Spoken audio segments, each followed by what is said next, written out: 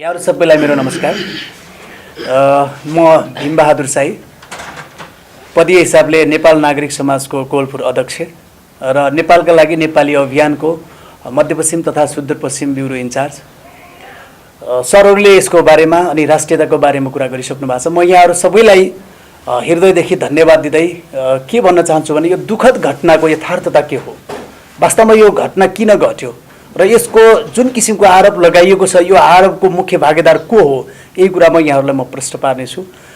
र सबभन्दा पहिला त आजको घटनाबाटै सुरु गर्छु कि ज्ञानेन्द्र साई नेपालका लागि नेपाली अभियान जुन छ त्यो अभियान लिएर देशभरि हिँडिरहेकै बेलामा मैले डिसेम्बर 15 मा उहाँसँग पहिलोचोटि सम्पर्क गरेको थिएँ। त्यो सम्पर्कको कारण के थियो भन्दा ऊ मेरो हिजोको एउटा चेला र आजको एउटा भ्रष्टाचार विरोधी एजेन्डामा अभियन्ताको रूपमा हिँडिरहेको देखेपछि मैले पहिलोचोटि उहाँलाई चाहिँ मैले फोन कन्ट्याक्ट गरेको थिएँ। 2073 सालदेखि कोलपुर क्षेत्रमा र सुदूरपश्चिमको दिपायल र जुम्ला कालीकोट र सुर्खेतमा पनि हामीले नागरिक समाज मार्फत भ्रष्टाचार विरोधी कार्यक्रम गर्ने सोच लिएर हामीले भ्रष्टाचार विरोधी आन्दोलन नै घोषणा गरेका छौँ औपचारिक ढङ्गले। र यो भ्रष्टाचार विरोधी आन्दोलन हामीले घोषणा गरिरहँदा नेपालका लागि नेपाली अभियानकै रूपमा चलिरहेको राष्ट्रव्यापी जुन अभियान छ भ्रष्टाचार विरोधी अभियान, त्यो पनि हामीसँग कनेक्सन अथवा चाहिँ हामीसँग सम्पर्क हुन आएपछि हामी एकदम अन्तरात्मादेखि यो स्वीकारेर यो अभियानमा अब हामी पनि लाग्नुपर्छ र एक अभियन्ताको रूपमा अथवा हाम्रो यो अभियानको लागि चाहिने एउटा इट्टा पनि हामी हुन सक्छौँ भन्ने सोच लिएर हामी लागेको चाहिँ अभियन्ता हो र यसलाई निरन्तर लागिरहेका छौँ। विगतको दिनदेखि अहिलेसम्म हामीलाई जस्तासुकै प्रश्न उठे पनि हाम्रो व्यक्तिगत खर्चलाई कटौती गरेर राष्ट्रिय एकता भ्रष्टाचारका विरुद्ध यो अभियानलाई सफलताको चुलीमा पुर्याउनका लागि र देशमा भएको विकृति राजनीतिक विकृति मात्रै नभएर अन्य चाहिँ पद्धतिको विकृतिलाई पनि सुधार्नका लागि हामीले सरकार, सदन, राजनीतिक दल, अन्य कुनै पनि निकायलाई हामीले सजग र खबरदारी गर्नका लागि घोषणा गरिएको आन्दोलन हो। यसैले हामी एक भएका हौँ र यो एक ढिक्का हुनुको कारण पनि यही हो। र अब दोस्रो कुरा, हामीलाई जुन ज्ञानेन्द्र साईप्रति लगाइएको साइबर क्राइमको बारेमा यो कसरी घट्यो म यहाँहरूलाई प्रश्न पार्न चाहन्छु। 2075 साल वैशाख 16 गते हामीले सम्पर्कमा गरिसकेपछि 2076 साल वैशाख 16 गते हामीले जुन वीरेन्द्रनगर कर्णाली प्रदेशको राजधानी वीरेन्द्रनगरमा यो भ्रष्टाचार विरोधी आन्दोलनको बारेमा हामीले पत्रकार सम्मेलन गर्ने है भन्ने हाम्रो चाहिँ सम्पर्क र समन्वय भइसकेपछि आज त्यो कुरा लुकिसकेको छ। मैले नै पत्रकार महासङ्घका अध्यक्ष गणेश कञ्चन भारतीलाई साँझ पख 7 बजे फोन गरेको छु। तपाईको पत्रकार महासङ्घको हल खाली छ, तपाईहरु पत्रकार एकै ठाउँमा आउन सक्नुहुन्छ भन्ने सम्भावना देखेर मैले तपाईको नम्बर मागेर हामी पत्रकार सम्मेलन तपाईको हलमा गर्दैछौँ है, यहाँले स्पेस दिनु होला भन्दा उहाँले सकारात्मक कुरा दिनुभएको थियो। हुन्छ, तपाईले चाहिँ पत्रकार सम्मेलन गर्नु होला भन्ने कुरा भएको थियो। र त्यसपछि बिहान हामी अब पत्रकार सम्मेलनको लागि हाम्रो एउटा निश्चित पोइन्ट जुन छ त्यो बिहान त्यो क्लियर भयो भन्ने सोच बनाएर ज्ञानेन्द्र साई जुम्लामा जानुभएको थियो र म कोलपुरमा थिएँ। कोलपुरबाट म सुर्खेत र जुम्लाबाट चाहिँ सुर्खेतमा आइसकेपछि मैले दोस्रो पटक अर्को सम्पर्क गरेको थिएँ जसले महत्त्वपूर्ण भूमिका खेलिदिनु भएको थियो यो कार्यक्रमको लागि। सूरज बहादुर सिंह जो राष्ट्रिय समाचार समितिको प्रदेश प्रमुख, कर्णाली प्रदेश प्रमुख हुनुहुन्छ, उहाँ मेरो आफ्नो मित्र प्लस उहाँ पत्रकार भएको हुनाले उहाँलाई पनि मैले सम्पर्क गरेको थिएँ कि हामी यो पत्रकार सम्मेलन गर्दैछौँ भ्रष्टाचार विरुद्धको बारेमा र तपाईँले अलि चिने जानेको र त्यो क्षेत्रमा तपाईँ प्रचलित पत्रकार भएको हुनाले यहाँहरू सबैले आफ्नो तरिकाले सूचना गरिदिनु होला, हामीले त्यति चिनेको नहुन सक्छ। यो कुरा मैले भनिसकेपछि उहाँहरूले सहमति जनाएरै भोलिपल्ट हामी फेरि सुर्खेतमा आइपुग्दा जुन दिन पत्रकार सम्मेलन गरियो अथवा त्यो गर्ने भनेको थियो त्यो दिनमा हामी आइपुगेपछि उहाँहरूलाई समय माग्यौँ कि पत्रकार सम्मेलन हामी कहाँ गर्ने। त्यसपछि मैले गणेश कञ्चन भारतीजीलाई किन यो चाहिँ ठाउँ चेन्ज हुन्छ भन्ने कुरा म यहाँलाई भन्न चाहदिनँ। मैले सूरज सिंहलाई कन्ट्याक्ट गरेको थिएँ, हाम्रो स्पेस कहाँ हुने भयो त भन्दा उहाँले त्यो पत्रकार महासङ्घको हलमा चाहिँ नहुने भयो। यसको मतलब अब तपाईँलाई अलिक गाह्रो हुन्छ कि भनेपछि मैले फेरि उहाँलाई चाहिँ फोनमै अनुरोध गरेर के भन्यो भने यसको जिम्मा चाहिँ तपाईँले लिइदिनु पर्यो। तपाईँ एउटा चिनेको मित्र भएको हैसियतले तपाईँले प्लेस दिनुहोस्, हामी त्यही पत्रकार महासङ्घको के अरे पत्रकार सम्मेलन गर्छौँ भन्दा उहाँले सहकारी मन्त्रालयको स्पेस कुनै एउटा आफ्नो नजिकको साथीलाई फोन गरेर उहाँले चाहिँ हामीलाई कन्फर्म गरिदिनु भयो। र त्यसपछि पत्रकारको सहभागिता हुने विषयमा पनि मैले प्रश्न उठाएँ, पत्रकार कतिको सहभागी हुनुहुन्छ या हामीलाई गर्नलाई ठिक छ कि छैन भन्दा उहाँले चाहिँ पत्रकार साथीहरूलाई मैले मेरो फेसबुकबाट मेल गरिदिएको छु, यहाँलाई चिन्ता नहुन सक्छ, मैले सूचना गरिदिएको छु र मैले टाइम 3 बजे दिएको छु है भन्दा हामी त्यही टाइममा सहमति भएका थियौँ। त्यो टाइममा सहमति भएपछि उहाँलाई त्यो 3 बजेको टाइममा हामीले सहकारी मन्त्रालयको भवन नजिकै आसपासमा गइसकेपछि फेरि कन्ट्याक्ट गरियो र हामीले भन्यो पत्रकार आउनुहुन्छ कि आउनुहुन्न। उहाँले भन्नुभयो आउनुहुन्छ तर ढिला आउनुहुन्छ किनकि मुख्यमन्त्रीको पनि एउटा कार्यक्रम छ यसै समयमा, अर्को विश्वविद्यालयमा पनि एउटा कार्यक्रम छ, त्यहाँबाट पत्रकार साथीहरू आउनुहुन्छ तपाईँहरू जानुहोस् भनेपछि हामी स्वतः सिद्ध हामी 4 जनाको टोली थियो, 4 जना साथीहरू हामी पत्रकार सम्मेलनका लागि सहकारी मन्त्रालयमा गएका थियौँ। त्यहाँ सहकारी मन्त्रालयमा झन्डै हामी 45 मिनटसम्म त्यहाँ वेट गऱ्यौँ, पर्खेर बस्यौँ र हामीले आधिकारिक रूपमा त्यो हल लिएको पनि हामीले पुष्टि किन गरेनौँ भन्दा हाम्रो समय हुन या नहुन त्यो दुविधाको माझमा भएको हुनाले हामीले आधिकारिक रूपमा लिन सकेका थिएनौँ।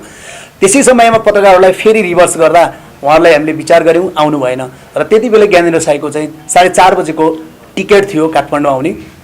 त्यसपछि अब हामीलाई आज पत्रकार साथीहरू आउनुहुन्न भन्ने लागिसकेपछि मैले त्यहाँको सामानहरू जो साधन स्रोत हामीसँग प्रोजेक्टर थियो र ब्यानरको तयारी गरेका थियौँ त्यो साधन स्रोत मैले जम्मा गर्ने बेलामा हामी त्यहाँबाट फर्किँदै गर्ने बेलामा एकाएक के हुन गएको भन्दा त्यो कार्यक्रम अब नहुने निश्चित भएपछि साथीहरू बाहिर निस्किनु भयो र ज्ञानेन्द्रजीले त्यो लाइभ जोड्नु भएको रहेछ। लाइभ जोडिसकेपछि उहाँले लाइभ इन्टरभ्यू उहाँ र एकजना हाम्रो चाहिँ बाँकेको कोलपुर नगरपालिकाको नागरिक समाजको अध्यक्ष हुनुहुन्छ, नगर कमिटी अध्यक्ष, उहाँहरूले त्यो लाइभमा चाहिँ केही प्रेजेन्टेसन गर्नुभएछ र म बाहिर निस्किसकेपछि त्यो दिन त्यस्तै परिस्थिति परेको थियो कि ज्ञानेन्द्र साई काठमाडौँ आउनुपर्ने र म चाहिँ बिरामी लिएर नेपालगञ्ज आउनुपर्ने भएको हुनाले हामी एकदम हतारमा थियौँ। हामीले कार्यक्रम भएन साथ भएन भन्यो र त्यहाँ भिडियोमा के कति बोलियो भन्ने कुरा मलाई पनि त्यति यकिन भएन, बोलिएको थियो र हामी त्यहाँबाट फर्केका थियौँ। त्यही विषयवस्तुलाई लिएर ज्ञानेन्द्र साईमाथि साइबर क्राइमको मुद्दा हालिएछ। त्यो कुरा हामीलाई चाहिँ 2076 जेठ 15 गते हामीलाई जब कार्यक्रम बिथोलियो त्यसपछि मात्रै हामीलाई प्रश्न भयो कि हामी हिरासतमा पुगेको झन्डै 9 बजे राति 9 बजेको समयमा मात्रै हामीलाई के का लागि ल्याइयो भन्ने कुरा थाहा पाउनको लागि हिरासतमा ज्ञानेन्द्र साईलाई एउटा साइबर क्राइम हालिएको थियो। ज्ञानेन्द्र साई चाहिँ तपाईँको त्यहाँको अपराधी हुन्, अपराधीले गरेको कार्यक्रममा सबैजना भएको हुनाले पुलिसले गिरफ्तार गरेर ल्याएको थियो भन्ने कुरा चाहिँ प्रश्न भयो। तर त्यो घटना कसरी घट्यो अब एक घटनामा जान्छु। त्यो कर्णाली प्रदेश स्तरीय भ्रष्टाचार विरोधी आन्दोलनको जनसभा कार्यक्रम नेपाल नागरिक समाजले आयोजना गरेको थियो र नेपालका लागि नेपालीका अभियन्ता डाक्टर सुरेन्द्र भण्डारीलाई हामीले त्यहाँ आमन्त्रण गरेका थियौँ। उहाँको व्यस्तताको कारणले उहाँको अनुपस्थिति भएपछि त्यतैतिर गइरहेका ज्ञानेन्द्र साईलाई हामीले मञ्च दिएको र उहाँ हाम्रो अभियन्ता भएको हुनाले हामीले मञ्च दिनु पर्थ्यो, उहाँलाई चाहिँ त्यो राख्नुपर्ने उहाँहरूको चाहिँ अधिकार हो, हामीले राखेका थियौँ र हामीले 2 बजे कार्यक्रम तयार पारेका थियौँ। सांस्कृतिक कार्यक्रमको रूपमा देउडा कार्यक्रम राखिएको थियो बीच-बीचमा। त्यसैले हामी कहाँ देउडा सांस्कृतिकको टिमसँग पनि हामीले अघिल्लो दिन नै 14 गते नै समन्वय गरेर आधिकारिक चिठी पुष्टि सहित दिएर उहाँलाई चाहिँ समन्वय गरेर आयोजना गरेका थियौँ भने कार्यक्रम सुरु हुनुभन्दा अगाडि 9:30 बजेतिर मैले जिल्ला प्रशासन कार्यालयका प्रमुखलाई मैले फोन सम्पर्क गरी आज नेपाल नागरिक समाजले भ्रष्टाचार विरोधी कार्यक्रम चाहिँ खुल्ला मञ्चमा गर्दैछ सर, यहाँको उपस्थितिका लागि भनेर मैले अनुरोध गर्दा उहाँले समयको व्यस्तता देखाउँदै SAG CDO को नम्बर दिनुभयो। त्यो SAG CDO को नम्बरमा मैले फेरि फोन गरेपछि कृष्णजीले उठाएर उहाँले के भन्नुभयो भने तपाईँहरू कार्यक्रम गर्दै गर्नुहोस्, म आतिथ्यतामा आउँछु भनेर उहाँले चाहिँ हामीलाई आश्वासन दिइसकेपछि र मैले बिचमा सरलाई सुरक्षाको बारे के छ भनेर सोद्धा अब सुरक्षाको जिम्मेवारी उहाँहरूको हो भन्ने लागेर हामीले चाहिँ चिठी काट्न सकेका थिएनौँ र यसै कार्यक्रममा हामीले चाहिँ सबैजनालाई हामी के ढुक्क भयो भने सुरक्षा निकायलाई जानकारी गरिसकेको छ, त्यहाँको चाहिँ आतिथ्यता प्रमुख हुन्छ र हामी आज कार्यक्रम ढुक्कका साथ रमाइलो तरिकाले अथवा चाहिँ चेतनामूलक ढङ्गले हामी चलाउँछौँ भनेर हामीले कार्यक्रम तयारी गरिरहेकै बेलामा 2 बजेदेखि कार्यक्रमको तयारी हुँदा हामी झन्डै 3:15 बजेतिर होला अन्दाजी त्यो समयमा हाम्रो कार्यक्रम औपचारिक ढङ्गले अगाडि बढिरहेको थियो। त्यो अगाडि बढिरहेको कार्यक्रममा केही मञ्चमा व्यस्त थियौँ हामी साथीहरू भने केही साथीहरू पछाडि मञ्चभन्दा पछाडिपट्टि हुनुहुन्थ्यो। त्यति बेला ज्ञानेन्द्र साई मञ्चभन्दा पछाडि हुनुहुन्थ्यो। मञ्च पछाडि भइरहेकै बेलामा ज्ञानेन्द्र साईसँग केही सादा पोसाकका 2-4 जना अल्लारे केटाहरू, युवा केटाहरू जस्तो अलिकति साथीहरू 4-5 जनाले उहाँसँग चाहिँ केही कुराहरू वाद विवाद गरिरहेको कुरा मैले मञ्चमा थाहा पाएँ र केही नागरिक समाजका साथीहरू आएर अथवा चाहिँ हाम्रो अभियानका साथीहरू आएर के भन्नुभयो भने कोही साथीहरू आएर पार्टीका सदस्यहरू आएर ज्ञानेन्द्रजीलाई हातपात गर्न खोज्दै हुनुहुन्छ भन्ने मलाई सङ्केत गरेपछि मैले ज्ञानेन्द्रजीलाई मेरै छेउमा तपाईँ अतिथि हो यहाँ बस्नुहोस् बाहिर नजानुहोस् भनेर मैले अतिथिकै रूपमा उहाँलाई चाहिँ मेरो छेउमा राखेँ र मैले कार्यक्रममा अब कुनै केही दुर्घटना हुन्छ भन्ने मलाई चाहिँ चेतना भइसकेको थियो र मैले उहाँलाई सङ्केत गर्दै के भने अब कार्यक्रम छोटाउनुहोस्, छोटो बनाएर हामीले यो भ्रष्टाचार विरोधी आन्दोलनको एउटा चेतनामूलक कार्यक्रम देउडामा रूपान्तरण गर्नुपर्छ। 9 जना वक्ता मध्येमा हामी 4 जनाले सकेर यसलाई समापन गर्नुपर्छ औपचारिक भन्दै हामीले चाहिँ उद्घोषक त्यसपछि ल्याएर तपाईँको स्वागत मन्तव्य राखिसकेपछि तेस्रो स्थानमा हामीले ज्ञानेन्द्र साईलाई मञ्च प्रदान गरेका थियौँ। त्यो ज्ञानेन्द्र साईले मञ्च प्रदान गरिसकेपछि ज्ञानेन्द्र साईले भ्रष्टाचारका विषयमा एउटा आफ्नो कागजमा चाहिँ टिपोट गरेर ल्याएको तथ्यको बारेमा उहाँले पुष्टि गरेर जुन भ्रष्टाचारको बारेमा उहाँले चाहिँ बोल्नुभयो त्यो कुरा बोले पश्चात उहाँको अभिव्यक्तिसँगै सकेर मेरो छेउमा बस्नु भएको थियो र त्यसपछि मेरो मन्तव्य राख्ने पालो आएको थियो। मैले मन्तव्य राखेँ। मेरो मन्तव्य राख्दा राख्दै बिचबिचमा उहाँलाई हातपातको प्रयास भएको मैले देखिरहेको थिएँ र मैले हतारमा मेरो मन्तव्यलाई टुङ्गाएर म बस्न नपाउँदै, मेरो कुर्सीमा बस्न नपाउँदै पोसाकसहितका केही प्रहरी साथीहरू एकैचोटि चाहिँ मञ्चमा आउनुभयो र जहाँ मैले एकजना निरञ्जन घिमिरेलाई युनिफर्ममा देखेपछि मैले केही बेला उहाँलाई चिनेको थिएँ र मैले उहाँलाई प्रश्न भनेँ, तपाईँ यहाँ मञ्चमा आएर यो ज्ञानेन्द्रलाई लिनुको मतलब तपाईँसँग पक्राउ पुर्जी छ भनेर मैले उहाँलाई सोद्धा उहाँले हतारमा के भन्नुभयो भने पुर्जी छ अहिले भन्ने कुराहरू उहाँले चाहिँ पुर्जी मुखले छ भन्दा भन्दै उहाँलाई चाहिँ धक्कलपक्कल गरेर लिन खोजिसकेपछि एकाएक त्यहाँ चाहिँ सबै नागरिक समाज र अन्य सहभागी सबै जनसमुदायले यो स्वतन्त्र ढङ्गले भइरहेको कार्यक्रममा किन यो प्रहरीहरूले हस्तक्षेप गरिरहेछ? नागरिक समाज भनेको के हो? हामीले चाहिँ कुनै त्यस्तो खालको अपराधिक क्रियाकलाप गरेका छैनौँ, मात्र भ्रष्टाचारको विषयमा चेतनामूलक ढङ्गले शान्ति तवरले हामीले कार्यक्रम गर्न खोजिरहेछौँ। यो हाम्रो अधिकार होइन र यसरी नागरिकमाथि खनिने प्रहरी भनेर हामी एकाएक हाम्रो सबै मासहरू आवेगमा आयो, जसले गर्दा ज्ञानेन्द्र साईलाई प्रहरीले लिन खोज्ने र ज्ञानेन्द्र साईलाई हामीले प्रहरीलेबाट बचाउन खोज्ने वातावरण सिर्जना भइसकेपछि त्यहाँ हातपात र त्यहाँको चाहिँ भिडन्त अथवा त्यहाँको दोहोरो मुठभेडको अवस्था सिर्जना भयो।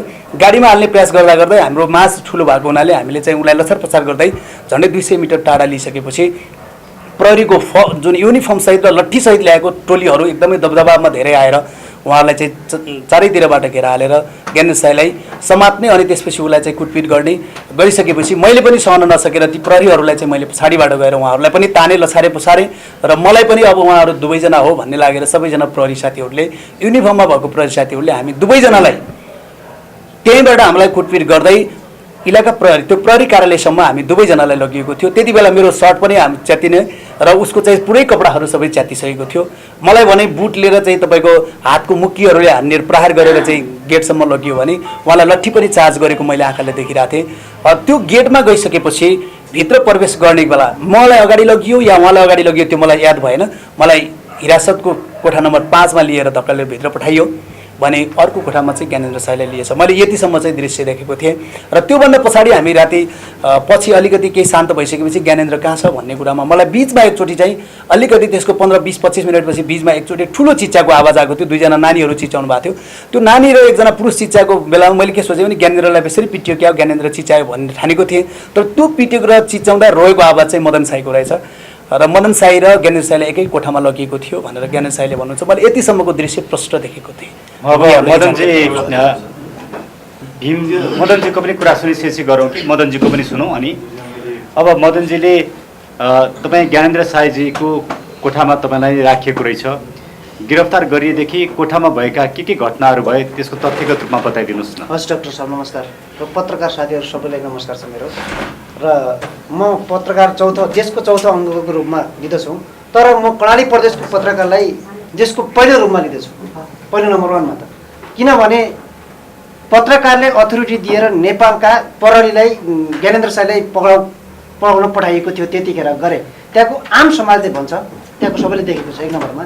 त्यसपछि आएर म तपाईँको नागरिक यो चाहिँ के नेपालका लागि नेपाली अभियन्ताको अभियन्ता पनि होइन, म पार्टीको हिसाबमा भन्दा म नेपाली काङ्ग्रेसको मान्छे हो। त्यसपछि आएर अर्को कुरा, म चाहिँ त्यो ज्ञानेन्द्र साईको कार्यक्रममा उहाँको देउडा कार्यक्रममा उहाँ नागरिक समाजको कार्यक्रममा उपस्थित पनि थिएन। म आफ्नो पर्सनली रूपमा साङ्ग्रिला डेभलपमेन्ट ब्याङ्कमा म आफ्नो पैसा जम्मा गर्न आइरहेको अवस्थामा पैसा जम्मा गरेर म घर जाने अवस्थामा चाहिँ मैले मेरो श्रीमतीलाई फोन गरेको थिएँ। फोन गर्दाखेरि कस्तो देउडा चलिरहेको छ, त्यहाँ संस्कृति कार्यक्रम कस्तो चलिरहेछ भन्दा यहाँ देउडा सेउडा केही पनि छैन, हाम्रो बाबुको चाहिँ कार्यक्रम छ भनेर मेरो श्रीमतीले चाहिँ त्यहाँ मलाई भन्नुभयो। भनेपछि ल ठिकै छ भनेर मैले एउटा बार्खा चाहिँ बिरामी थियो, म औषधि लिनलाई तल कृष्ण एग्रोवेट भन्ने ठाउँ छ हाम्रो मङ्गलगढी चौकमा तलतिर मेरो बुवाको चाहिँ मैले जुत्ता सिलाउन एक ठाउँ दिएको थिएँ। त्यो जुत्ता सिलाएर 1 किलो चिनी किनेर चाहिँ म तलतिर घर हिँडिरहेको थिएँ औषधि किन्न जाने भन्ने सोचमा। एकाएक 5 मिनट पछि मेरो श्रीमतीले आफै फोन गर्नुभयो। उहाँले भन्नुभयो यहाँ बाबुलाई त पुलिसले पक्रेर पिटिरहेछन् भनेर फोन गर्नुभयो। म तत्काल त्यहाँबाट फर्केर एकजना हाम्रै गाउँको एकजना बहिनीले ठेलामा स्याउ बेच्नुहुन्छ, त्यो स्याउ बेच्ने बहिनीसँग चाहिँ गएर जुत्ता र त्यो चिनी त्यहीँ छोडेर म हतारमा चाहिँ कुइने पानीको जङ्गल भन्ने छ त्यहाँ विश्वविद्यालय बनिरहेछ, त्यो जङ्गलबाट चाहिँ दौडेर जाँदा मेरो भाइ ज्ञानेन्द्र साईलाई प्रहरीले बेसरी तानेको पिटेको र गोदिरहेको अवस्था देख्दा मैले चाहिँ त्यहाँ मेरो भाइलाई बचाउनको लागि मैले चाहिँ ठुलो आवाजले कराएर मेरो भाइ बचाउ अभियानमा म लागेको त्यहाँ चाहिँ लागेँ। त्यसपछि लाग्दा भाइले चाहिँ पिट्दै मार्दै त्यो खाल्टोमा फाल्दै त्यसपछि आएर चाहिँ त्यहाँ माथि लिँदै त्यो खाल्टोबाट तानेर माथि ल्याएपछि कपडा च्यातेर चाहिँ नाङ्गो बनाइदियो प्रहरीहरूले। त्यो भन्दा नि अरू चाहिँ त्यहाँको समाजले भन्छ, मैले चाहिँ देखेन है, समाजले के भन्छ भन्दा आज तपाईँ पत्रकारहरू कुनै बेला सुर्खेत गरेर सोध्न सक्नुहुन्छ। 15 गते र 1 गते त्यहाँ जहिले पनि देउडा हुन्छ, देउडामा सबै त्यो दिनको मान्छे सबै आउनुहुन्छ। अरू प्रहरीले चाहिँ लात्ता लिएर मुड्कीले हानिरहेको थिए, तर चाहिँ एकजना प्रदीप छेत्री भन्ने भन्नु भएन। उहाँहरूले के भन्नुहुन्छ, एकजना काले ठुलो मान्छे आएर चाहिँ अर्काको हातको लट्ठी, अर्को पुलिसको हातको लट्ठी लिएर टाउकोमा हानिसके मात्रै ज्ञानेन्द्रलाई ढल्नु भयो, अघिपछि ज्ञानेन्द्र चाहिँ ढलेको होइन भन्ने भएको छ होइन त्यतातिर। त्यसपछि आएर मैले मेरो भाइले बचाउनको लात्ती मैले चाहिँ तिनीहरूसँग न भिडन्त गरेँ, न पुलिसहरूसँग, न मैले पुलिसलाई पिटेँ, न पुलिसले मलाई पिट्यो बाहिर, एक चोट पनि छोएको छैन। त्यो भिडियो चाहिँ त्यहाँको इन्सपेक्टर निराजन घिमिरेसँग छ, तलदेखिको माथिसम्मको।